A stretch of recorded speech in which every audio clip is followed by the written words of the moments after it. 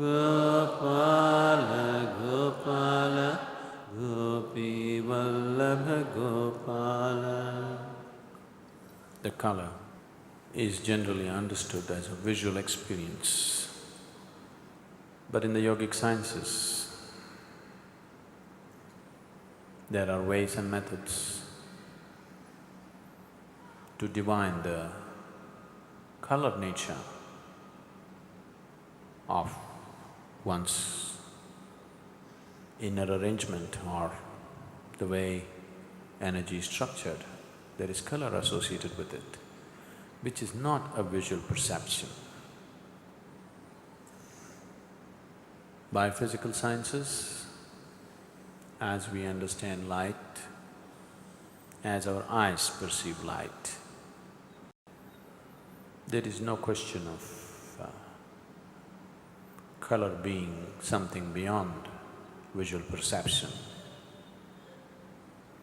For ages, yogis have been talking about seeing colors, hearing sounds within themselves, which today the modern psychologists are dismissing it off as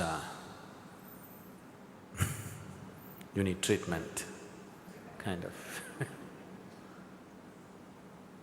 It is true that many people have unbridled imagination. They have no control over their imagination. So they see things which don't exist, but that cannot be generalized. The experience of color can be an inner reality which cannot be divined by a psychiatrist who knows only insanity. He has no idea what is sanity, because sane people don't come to him.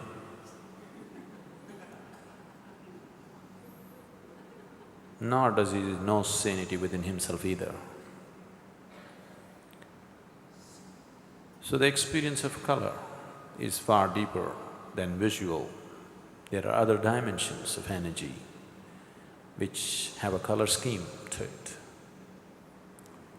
We wanted to support you in every possible way today so that you become blue and irresistible.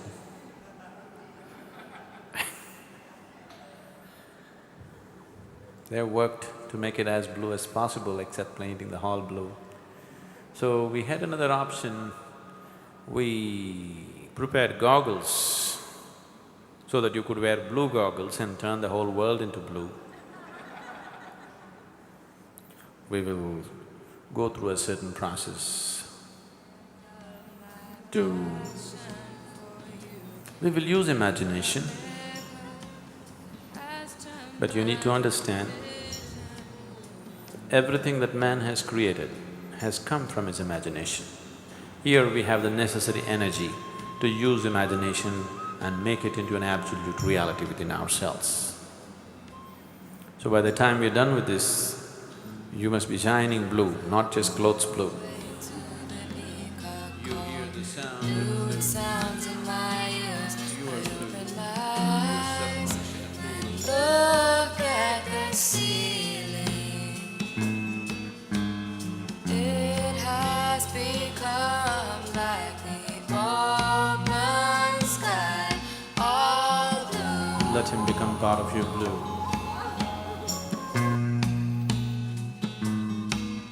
The floor in my chores has always been blue. Oh, look my tongue. Blue, blue, blue. If I bleed, I'm sure it will be blue. Blue.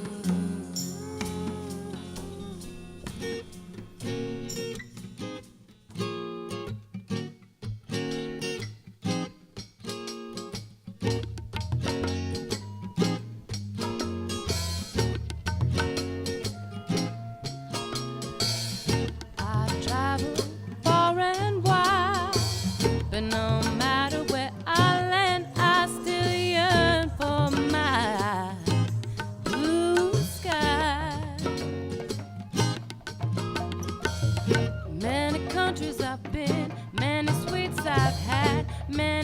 clothes I bought, but no matter what, I still yearn for my blue skies. Krishna in my… This is a very exquisitely beautiful flower. This is known as Krishna Kamalam. That means Krishna's lotus. It doesn't grow like this in the water as the lotus does, it hangs like this from a creeper. Did any of you have a close look at this one, how it's constructed? And it has very sweet fragrance. It's supposed to be very dear to Krishna, so it's called Krishna Kamalam. So creation has happened on various levels. Looking at our own physical creation, what it is, and everything else that you see.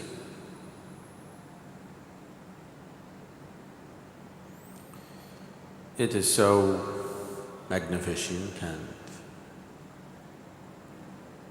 at the same time, it is so limited.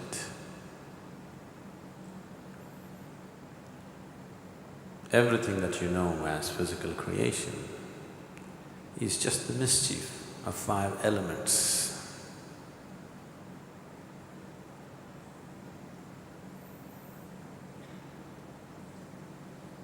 If somebody plays a prank on you, it's fun, at least if you're a little open. If you're not the kind to blow your top, it's fun. But every day in and day out, if they go on playing the prank on you, then you don't want to have anything with these pranks. So this is a way of creation and the longing to go beyond it. People who want to go beyond it is not because they are the blowing the top kind. They have enjoyed the prank sufficiently. But a time comes when you want to go beyond the prank. So this mischief of 5 elements, so magnificently put together, whatever hand or eye put this together, put it together too well, so well that it could be an eternal trap. When I say a trap,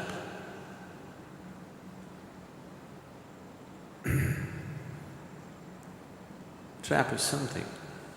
If you enter any kind of trap, trap means it traps you into some sense of limitedness. If you say, I'm trapped, what you're saying is, your freedom has been curtailed and your life has been made into a limited possibility. That's a trap. Definitely the physical in the existence is a trap because it limits you. What could have been boundless gets limited. In that context, physical creation is a trap.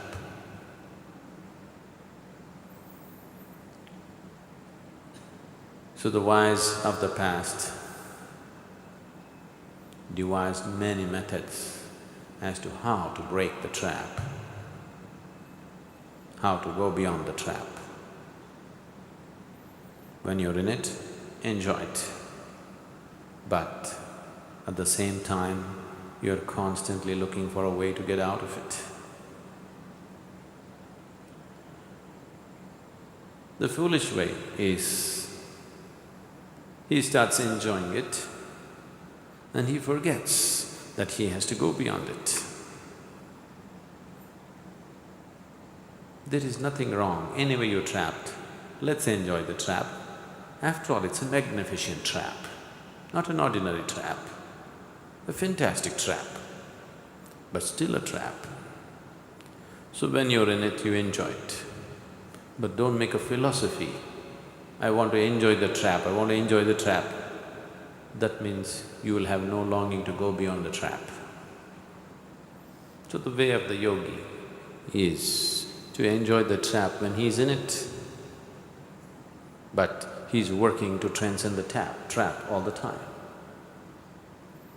If you look at Krishna, his life is absolute acceptance of the trap that he is in, and he thoroughly enjoys the trap. But you open that little blue book and see, he's discarding the trap. He's constantly aware the limitations of the trap and he wants to go beyond, and he wants everybody to go beyond. So this creation, which is referred to as Srishti, is the mischief of 5 elements. They'll make a presentation on 5 elements. This is just a short dance presentation on the play of 5 elements and creation. It's called Srishti. Omkara was the beginning. From Omkara was created the 5 elements: the sky, wind, fire, water and earth. Then was the creation of man, a combination of the 5 universal elements.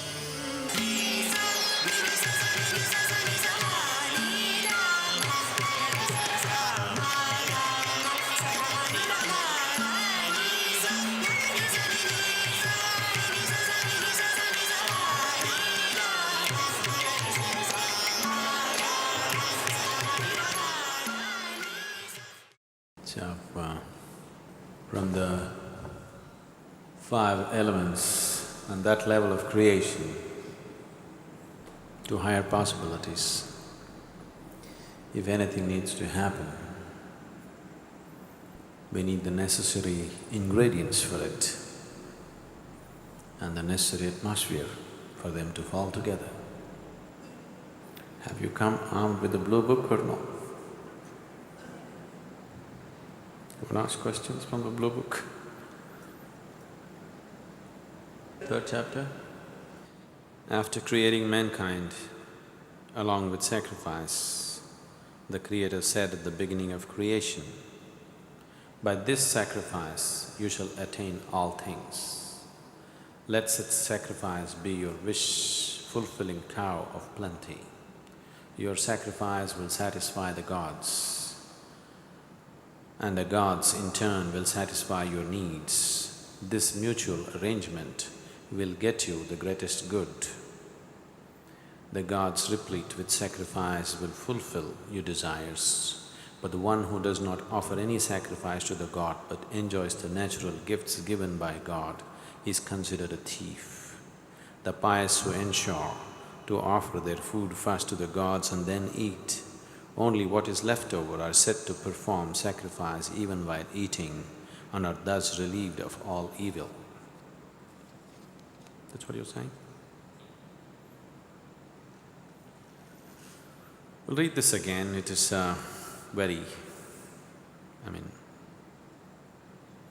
it's by itself, it's complete.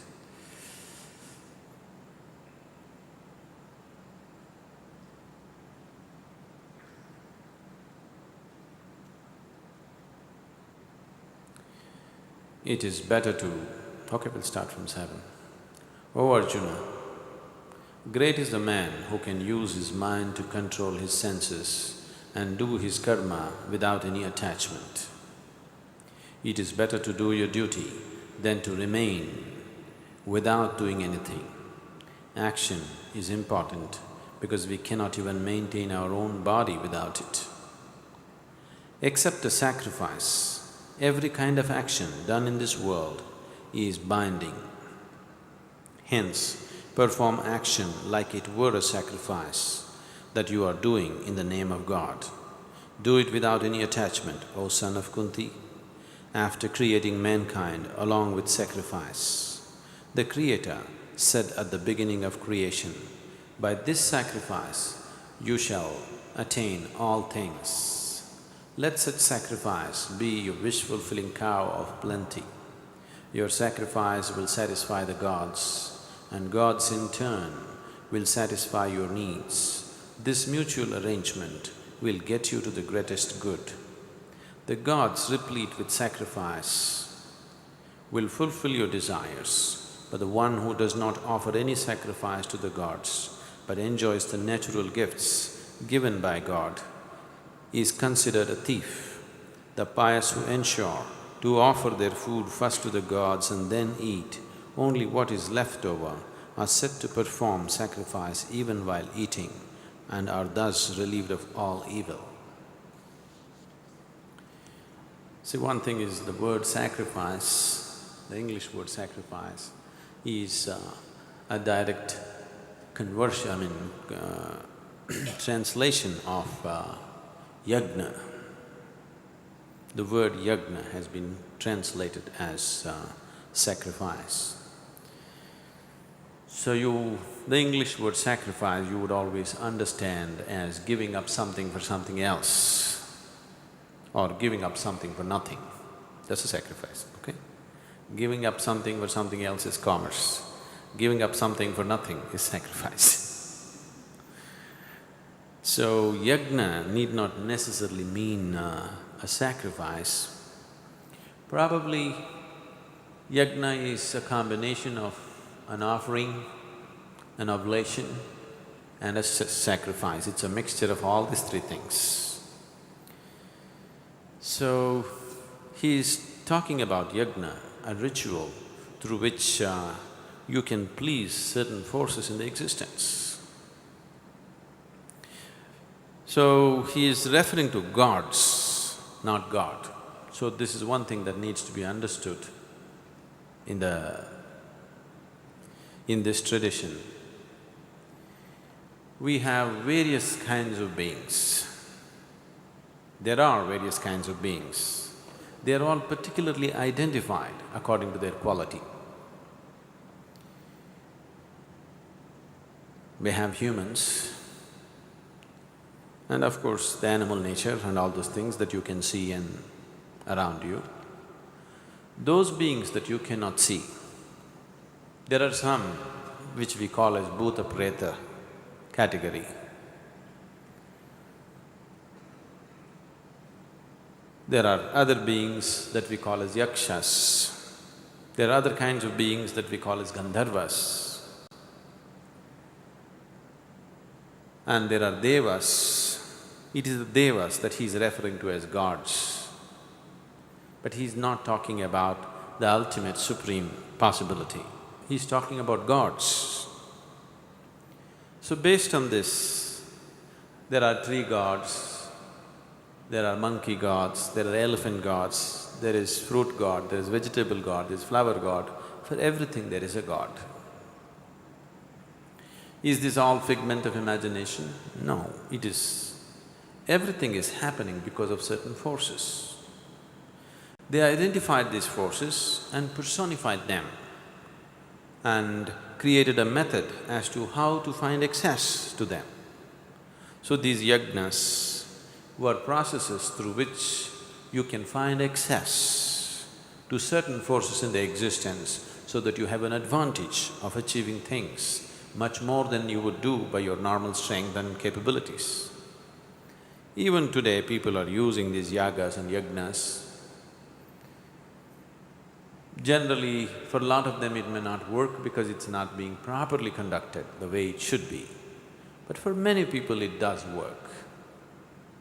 There are many people who are hugely benefited by these things. People do achieve what they want to do in the material world by using yagas and yajnas in a certain way. Even though it doesn't matter how educated they are and how much liberation they talk about, even today, 95% of the Indians, if they want to enter a new home, they will do yagas and yajnas before they get in. Only here at Isha we don't do anything because we are a different breed. Like he says, so those who are pious who ensure to offer their food first to the gods and then eat, only what is left over are said to perform sacrifice even while they're eating and are thus relieved of evil. If you are in a certain level of consciousness and energy, everything that you do is a yajna. You don't have to do a separate ritual. The very way you live is a yajna.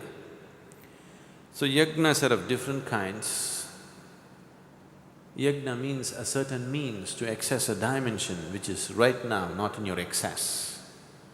One is a ritualistic yajna, that you perform something, an expert in the field comes and does something for you through which you receive some benefit, or you have made your very life process into your yajna. Now you sit in the morning and you're doing your Shakti Chalana Kriya or your Shambhavi Mahamudra. This is an internal yajna. Without that sense of offering, you will never know the essence of that practice. If you make this a process, it's a very powerful yajna through which things happen in the world, not just for yourself, things will happen around you beautifully. We have been saying constantly, if 1% of the world can become meditative, the remaining 99% will just pass very easily. Because if 1% of the world really begins to function, every moment of their life, their very life process is a yajna, if they become like this, the 99% will reap the benefit without doing anything about it. 1 person plants a mango tree, 100 people can eat it. 1 person cannot eat what comes out of one tree. It takes 100 people to eat it. So similarly, if you have made your life process itself into a yajna, if you have made your life process itself into an offering, then thousands of people can eat out of it. Right now, just what's happening here, the volunteers, the brahmacharis and the sannyasis, their very existence is a yajna. Everything that's being done here, from the blue light to the blue cloth, is a yajna. It is simply an offering that's being made.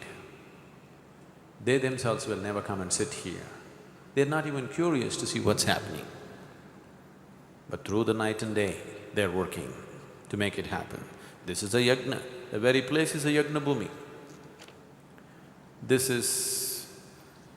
once, I think it was Ramakrishnananda who went and landed in United States, and somebody commented, "You're a monk. You don't know any life. Did you ever have wine? Did you sleep with a woman? You don't know what is life. You have not known any pleasures of life." So Ramakrishnananda said, "You live in a bhoga bhumi. I come from a tyaga bhumi." Bhoga means you live in a land of pleasure. I come from a land of sacrifice. You do not know the bliss of sacrifice.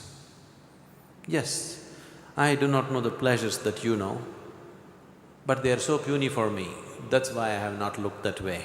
I am not afraid of your pleasures. I am not looking that way because I see them as childish toys. I come from a land of tyaga, because I come from a land of sacrifice. It's in that context he's talking. Always and always and always, this culture has insisted on all levels, in any family, even today. Slowly, in this generation, it's going away. Otherwise, from every simple act that we did in our childhood, always the family is constantly teaching, what you get is not important, what you give is important. This is not given as a teaching, in every aspect of our life, it's simply there. From very little things.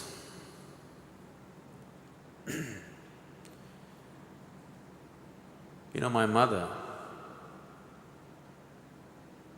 the women especially in India, are true tyagis.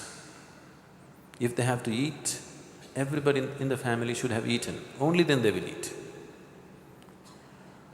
Today's woman, thinking logically, may think, this is nonsense, why should the man eat first? Why can't I eat first and let him eat later? But it is not a question of who eats first. The man who eats first doesn't get better. The person who has the satisfaction and fulfillment of serving, being a host is always a bigger experience than being a guest, isn't it? The sense of belonging is so much more, the sense of fulfillment is so much more. You would see simple women, just they made their life into total sacrifice for people who live around them in their families. They just cook, they serve, they never thought about themselves. What about me never came to them. You see, they are sage-like by themselves. My mother was a living example like this. She was educated enough, but her whole life was just serving her husband and her children, that's all. Never we heard her telling us, "I love you," but such a question never arose.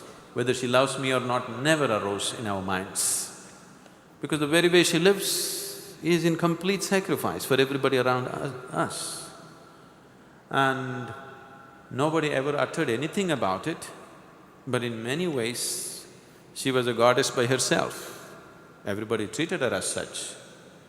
If she has to eat her morning breakfast, everybody in the family would have eaten. Then she will take a part of her breakfast and go to the backyard. She will look for anthills, nests of ants, and she will feed all the ants first, and then only she will eat. In today's mind, people may think, feeding ants, what nonsense. Spray insecticide, isn't it? If it came into the house, if it bit her children, she also did that. But somewhere in her mind, she felt the ants have as much right to live on this planet as she had. And just that little offering, everything is a sacrifice, everything is a yajna. For such a person, there is no need to do any sacrifice. So what is referred to as a sacrifice here is a yajna which involves various processes. There is a science to it, there is a sense of offering to it, there is a sense of sacrifice to it. It is a combination of situations. The Guru Puja that we do is a yajna by itself.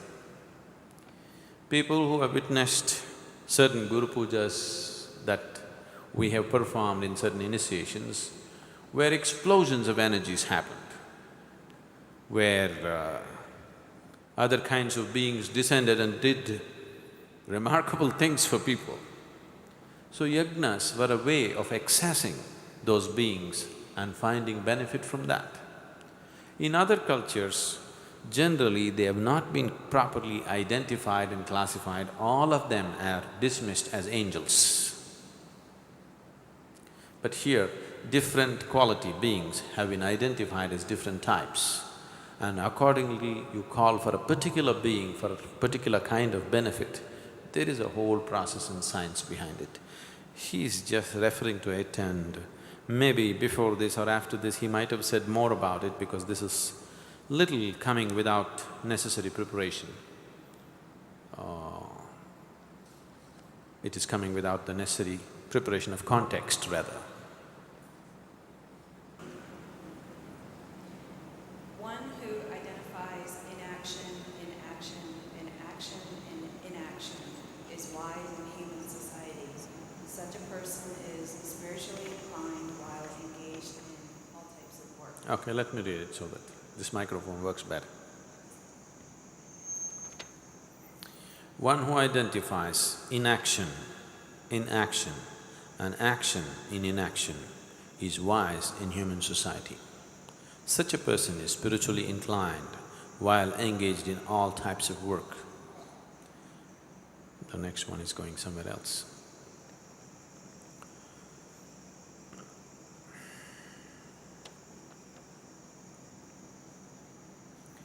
You can perform action in inaction in many different ways.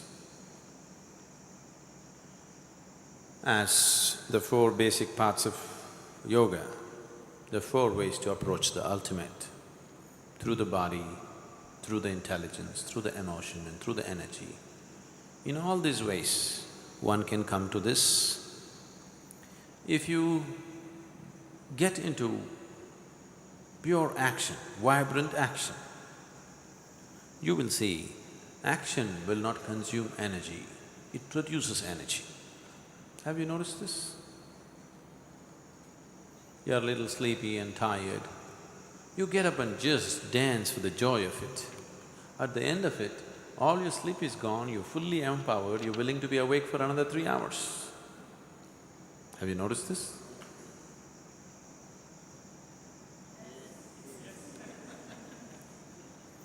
That's what ras means. The juice of life, you're bringing it down to you with action. That is physical. Or if you're aware, if your awareness is at a certain level, you see your energy seems to be inexhaustible. Even if you're doing activity throughout the day, somehow it doesn't matter on the days when you're really aware. I don't know if you have seen that. Have you? Because once you become aware, once again, there is inaction in action and action in inaction. Or you are with someone whom you love very much, you are actively loving within you, then also do you see, you seem to be producing energy, not losing? Did you? Okay. Or if you know the way of directly stimulating your energies, then also you will see this. If you are sleepy, I can do something to you where it'll keep you wide awake for a long time. So, by all these four means, one can become action in inaction and inaction in action. If you do it in awareness, it'll become that way. If you get into pure action, you're 100% physical. That will happen, that's what Krishna is saying to Arjuna. Don't bother about all these relationships, this who is your grandfather, who is your guru, all this. Just throw yourself 100% into this battle. If you are in action and action in inaction, then if you win the war, you will become the king. If you die, if you're in such a state at the moment of your death, anyway you will attain the ultimate. So whether it's done out of love or simple action, like a dance or a sport, where there's no intention of what should happen, simply pure action, or with awareness, or by stimulating inner energies, this will happen within a human being that he is both action and inaction at the same time. If you are allowing yourself to… I'm looking for an appropriate word. If you allow yourself to become shunya, you are action in inaction. Because the basis of activity is in restfulness. How restful you are, that is how much you're capable of being active. If you're restless, your ability to act will go away. Unfortunately, a large part of the population is always thinking that by pumping up their energy to a restless pitch, they will become more active. They do, but it will be life-taking action, not life-giving action. It destroys a human being in the process.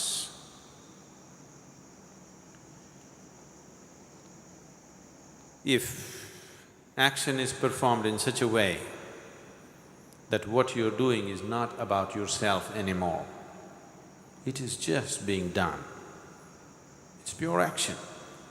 Now you will see your ability to work is like almost limitless.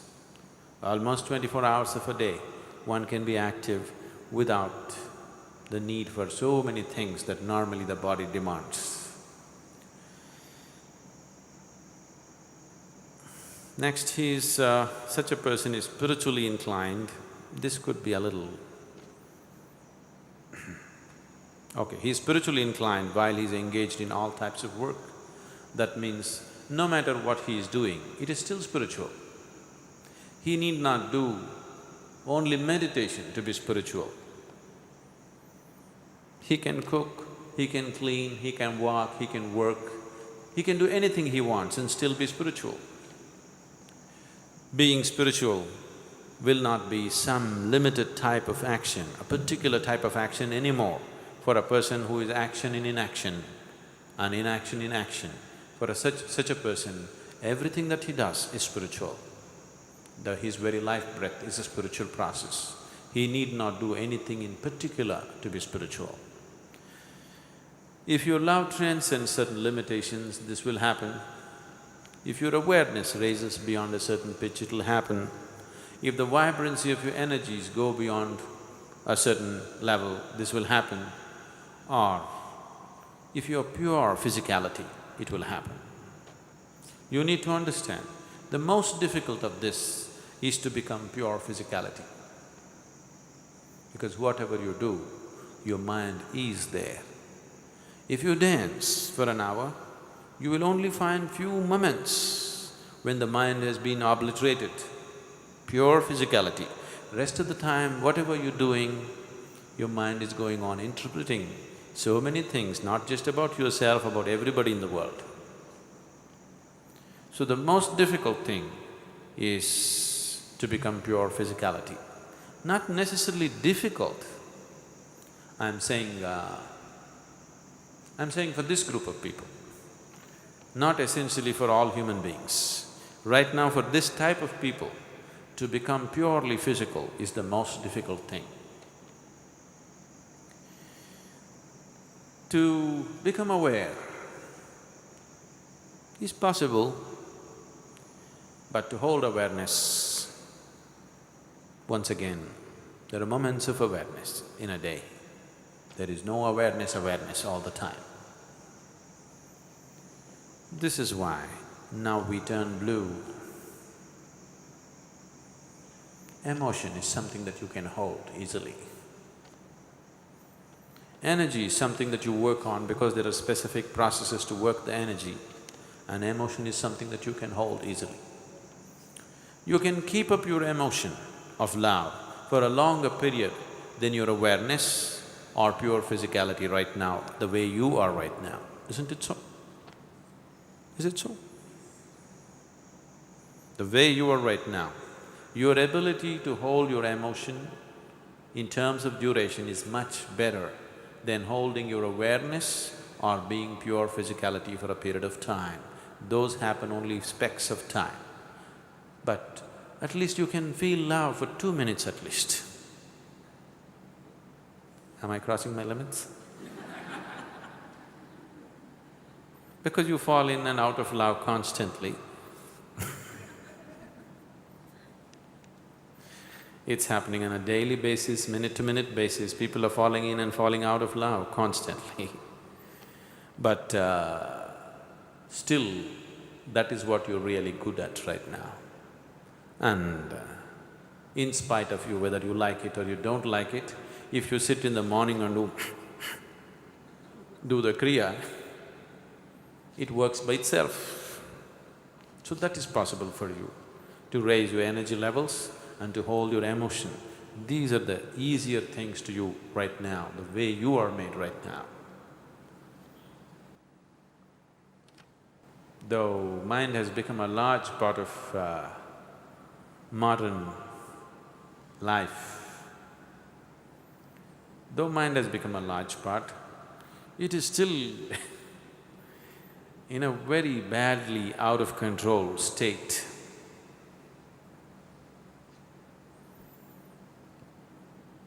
Mind has taken a huge slice of your life right now, isn't it so? Yes? At least 90% of your life is decided by your mind? 99? Okay. And you don't have much of it.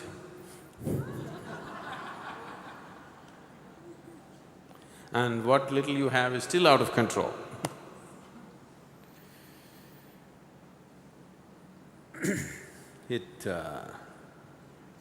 a young boy got an opportunity to play a role in Broadway. For the first time he got such an opportunity, he was very thrilled. The director told him, "See, your act is just a one-liner. Just one line you have to utter, that's all. But it is a very important line because that's the first line in the play.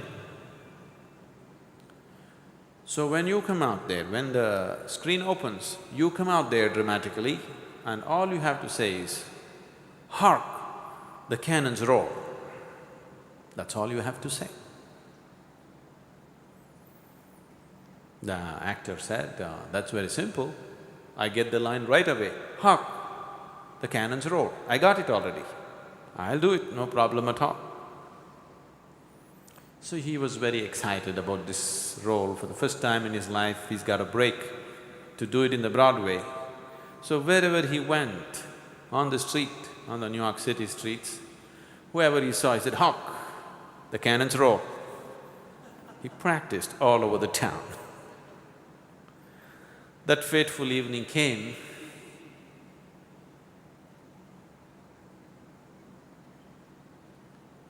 With his full costume, he appeared dramatically on the stage and the cannon sound went off in a big way, thundering cannons went off. Then he looked around and said, "Shit, what the hell is that?"